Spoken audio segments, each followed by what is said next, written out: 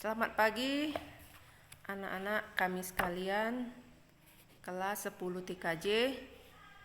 Untuk melanjutkan materi kita yang sebelumnya, yaitu tentang bab 2 tentang perakitan komputer, di mana kalian sebelumnya mengetahui materi tentang komponen komputer ya, yang terdiri atas keyboard, monitor, casing, motherboard, power supply, ya, hard disk dan sebagainya.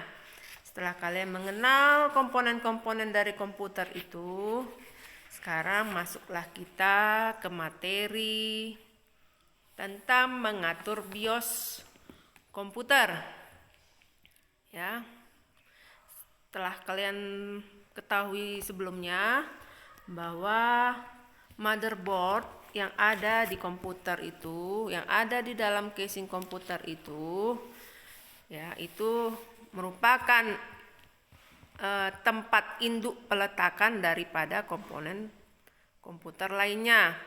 Ya, bisa kalian lihat di situ yang gambar 2.10 itu kelihatan bahwa motherboard itu banyak diletakkan tempat-tempat komponen-komponen lainnya. Ya, di situ ada kalian lihat baterai CMOS, ada kalian lihat memori, ya, dan lain-lainnya, ya. Jadi sekarang kita lanjutkan tentang mengatur BIOS komputer, ya kan? Jadi BIOS ini terletak di dalam sebuah chip memori flash atau ROM yang dibuat dari bahan CMOS, ya, atau complementary oxide semiconductor. BIOS memiliki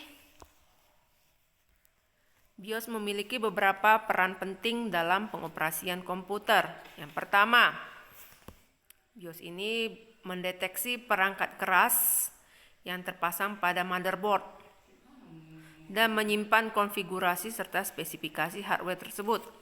Yang kedua, melakukan proses power on self test. Apa itu power on self test atau POS? Yaitu aktivitas, ya, pengecekan beberapa perangkat keras yang terhubung dengan komputer ketika booting pertama kali. Yang ketiga, melakukan perubahan konfigurasi perangkat keras, ya. Dia bisa melakukan perubahan pengaturan perangkat keras yang tersambung dengan komputer, seperti pengaturan device booting, kapasitas memori VGA, pengaturan tanggal dan jam BIOS, hyperthreading CPU, dan lainnya. Peranan yang keempat, memeriksa kesehatan atau kinerja hardware komputer. Ya, jadi kalau di manusia, yang memeriksa kesehatan tubuh manusia itu adalah seorang dokter.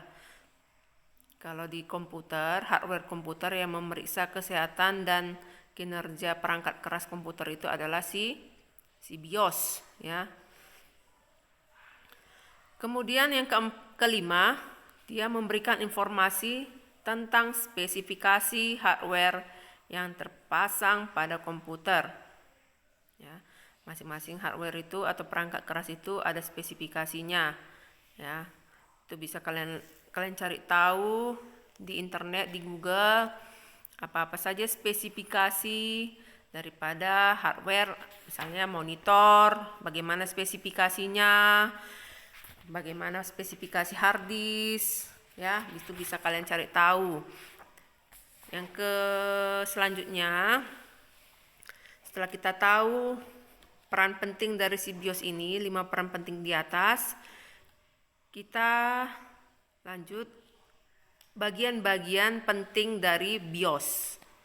Ya, yang pertama, BIOS setup program. Ya, apa itu BIOS setup program? Yaitu program yang dapat dijalankan untuk melakukan perubahan konfigurasi hardware yang meliputi pengaturan bootable device, manajemen disk, manajemen prosesor, memori, dan VGA. Ya, dia men-set up programnya. Yang kedua, driver hardware. Ya. Kalau kita terjemahkan satu persatu, driver hardware ini artinya kalau hardware perangkat keras. Kalian sudah tahu itu, kalau driver itu adalah pengendara atau supir, ya kan? Nah, kalau kalian pernah dengar itu istilah ojek online, itu kan ada drivernya, ya, penggeraknya, supirnya, ya. Jadi kalau di istilah BIOS, ya, dia ada bagian pentingnya itu sebagai driver hardware, ya, yang meliputi dia mode pengalamatan unik sebagai alamat tujuan, pengaksesan hardware, dan mode interupsi setiap perintah yang dapat diberikan oleh BIOS. Ya, dia yang menjalankan, ya, menjalankan program pengenal hardware kepada yang diberikan oleh BIOS. Yang ketiga, bagian penting daripada si BIOS ini, bootstrapper utama. Ya. Si bootstrapper utama ini dikatakan memiliki peranan utama yang akan melemparkan proses booting menuju media penyimpan seperti hard disk, floppy disk, USB flash disk, DVD, atau CD. Cara kerjanya bisa kalian baca di situ, apa yang dilakukan oleh si bootstrapper utama ini di dalam BIOS, ya. Oke, itu untuk tiga bagian penting BIOS pada saat booting pertama kali. Selanjutnya, ya, karakteristik BIOS dalam memberikan informasi kerusakan atau kesalahan kerja hardware komputer yaitu sebagai berikut. Ya, ada karakter BIOS, ya, atau kita bilang jenis-jenis BIOS yang telah ada pada saat ini, ya. Jenis-jenis BIOS tergantung dari apanya, ya, dari konfigurasinya. Kemudian yang pertama itu award BIOS. Ya, pada BIOS jenis ini kayaknya ini yang pertama kali dia, ya, muncul pertama kali si BIOS ini, jenis pertama yang muncul ke permukaan bumi, ya, dalam dunia komputerisasi. Pada BIOS jenis ini, si award BIOS ini, kita dapat mengubah konfigurasi menu BIOS ketika komputer sedang booting dengan menekan tombol del, ya. Jadi masing-masing BIOS ini ada perintah tersendiri untuk kita bisa masuk ke tampilan BIOS, ya, atau mungkin kalian pernah dengar itu layar biru. Kalau BIOS ini layar biru, ya. Kalau untuk Word BIOS kita mau masuk ke tampilannya itu pada saat booting itu kita tekan tombol del yang terdapat pada keyboard, ya. BIOS ini memiliki ciri khas bunyi bip untuk menginformasikan kinerja komputer bahwa dalam kondisi baik atau tidak, ya. Itu jadi kita kalau masuk ke tampilan BIOS ini, kita akan mengecek apakah komputer itu sudah bekerja dengan baik atau ada masalah atau trouble, ya. Jadi ada beberapa ciri khas bunyi bip, ya. Pada saat kita masuk ke booting dalam BIOS ini, dia kalau ada bunyi bip, kalian dengar, ya, pada saat nanti kita praktek setelah kita masuk sekolah, ada bip-bip, jumlah bip itu berbeda-beda. Kalau satu bip pendek untuk board BIOS ini menunjukkan berarti kondisi komputer itu normal. Kalau satu bipnya panjang bip, nah berarti dia ada masalah. Dikatakan di situ kalau satu bip panjang terdengar pada saat kita masuk ke BIOS, itu berarti dia ada masalah pada RAM-nya. Kalau yang kemudian ada satu bip panjang, dua bip pendek, ya. Kalau bip panjang itu lama dia durasinya ya, bipnya itu lama durasinya. Kalau pendek ya bip gitu. Ya, kalau satu bip panjang, dua bip pendek, menunjukkan terjadi masalah pada DRAM parity, ya. Itu kalian bisa lihat apa itu DRAM parity, kalian cari tahu, kalian tambahkan di buku catatan kalian. Kemudian ada juga satu bip panjang, tiga bip pendek, katanya kan, berarti ada kesalahan pada VGA adapter komputer, ya. Kemudian ada bunyi bip terus menerus, kemungkinan terjadi masalah pada slot modul RAM atau memori video. Ya, itu ya anak-anak ibu semua untuk Award BIOS. Kemudian ada AMI BIOS. AMI BIOS hampir sama sebenarnya, itu hanya merek dagangnya aja ya. Ada perusahaan mengeluarkan BIOS ini yang dinamakan dia AMI ya. Ada perusahaan dagang mengeluarkan BIOS itu Word namanya ya. Seperti handphone ya, ada merek dagangnya, ada handphone bermerek Samsung, ada handphone bermerek Oppo, ada handphone bermerek Advan dan lain sebagainya. Jadi ini seperti merek dagang lah, Word BIOS, AMI BIOS ya. Jadi untuk AMI BIOS ini hampir sama perintahnya. Kalau AMI BIOS ini jenisnya dia hampir sama perintahnya, yang untuk kita masuk ke dalam booting itu perintahnya kita dengan menekan tombol del untuk masuk kita ke dalam BIOS, si AMI BIOS ini. Menekan tombol del pada keyboard. Oke. Hampir sama juga kinerjanya dengan si Word BIOS, dia untuk bertugas untuk mengetahui keadaan komputer apakah dalam kondisi baik atau tidak ya. Nah, kalau dia baik mungkin dia satu bip pendek atau gimana, itu bisa kalian lihat di buku ini ya. Ada beberapa, ibu katakan ada berapa A sampai M ya, lebih dari 8 lah ini ciri bunyi bip pada AMI BIOS ya. Ini ibu harap kalian catat di buku kalian ya, tentang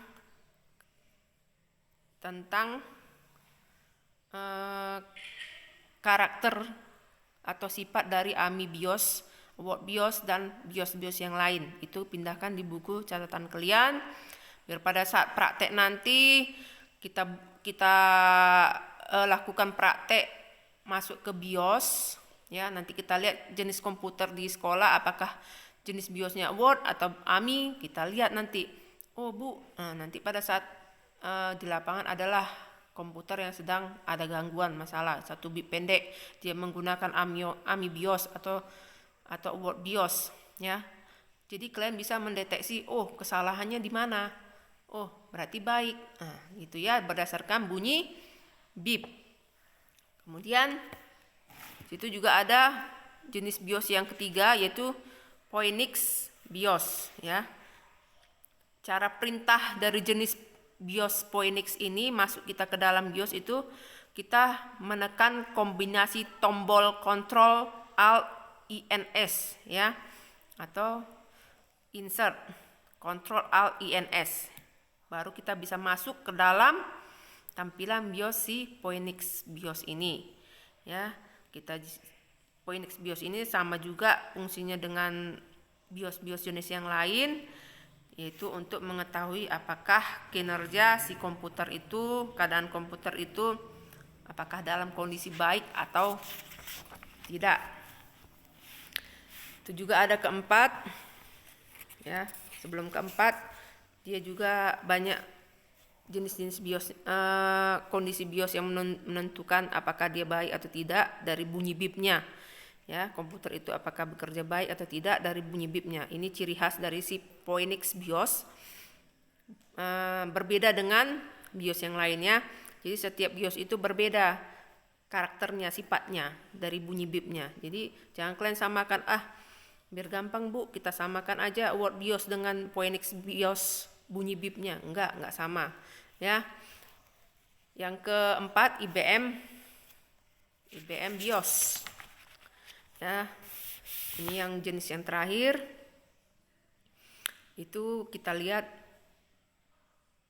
berbeda dengan jenis BIOS yang lain, ya, untuk kita mengetahui apakah si komputer itu dalam kondisi baik atau sedang kurang baik kondisinya. Jadi untuk anak-anak kami itu saja untuk bab kita. Untuk bab 2 ini lanjutan dari si perakitan komputer tentang mengatur BIOS komputer, ya. Jadi tugas kalian di rumah, pindahkanlah ke buku catatan kalian. Kalau bisa diringkas saja, yang penting-penting saja. Dan Ibu harap tulisannya yang rapi, supaya bisa terbaca, bukan hanya dirimu yang membaca tulisanmu, mungkin temanmu bisa jadi menyimpan atau meminjam buku catatanmu. Tolong diberi warna-warni, ya, supaya menarik kalian semangat untuk membaca buku itu, buku catatan kalian. Ya, pindahkan ke buku catatan kalian. Materi kita kali ini jangan sampai kalian lewatkan. Kemudian yang menjadi tugas kalian yang kedua, ya. Yang pertama, tugasnya bisa kalian catat nanti di buku. Jelaskan fungsi BIOS dalam komputer, ya. Itu tugas pertama. Jelaskan fungsi BIOS dalam komputer. Itu kalian jawab. Soal kedua, apa yang terjadi jika komputer tidak memiliki baterai CMOS atau baterainya sudah rusak? Ya. Apa yang terjadi jika komputer tidak memiliki baterai CMOS atau baterainya sudah rusak? Jadi itu dua pertanyaan. Selain meringkas materi kita yang sudah Ibu sampaikan hari ini, dua pertanyaan tugas kalian untuk dijawab dan dikerjakan di buku catatan aja, ya, sama aja, ya. Jadi itu aja bisa Ibu sampaikan pada minggu ini. Jadi Ibu harap yang belum masuk ke Google Classroom, tolong teman-temannya diberitahu supaya masuk ke Google Classroom untuk bisa mengerjakan tugas ini, ya. Nanti Ibu akan share kode Google Classroom untuk mata pelajaran jaringan komputer dan jaringan dasar. Sekian dari Ibu. Ibu harap kalian semua sehat dan kita bisa bertemu kembali setelah corona ini berakhir. Terima kasih buat anak-anak Ibu. Selamat pagi.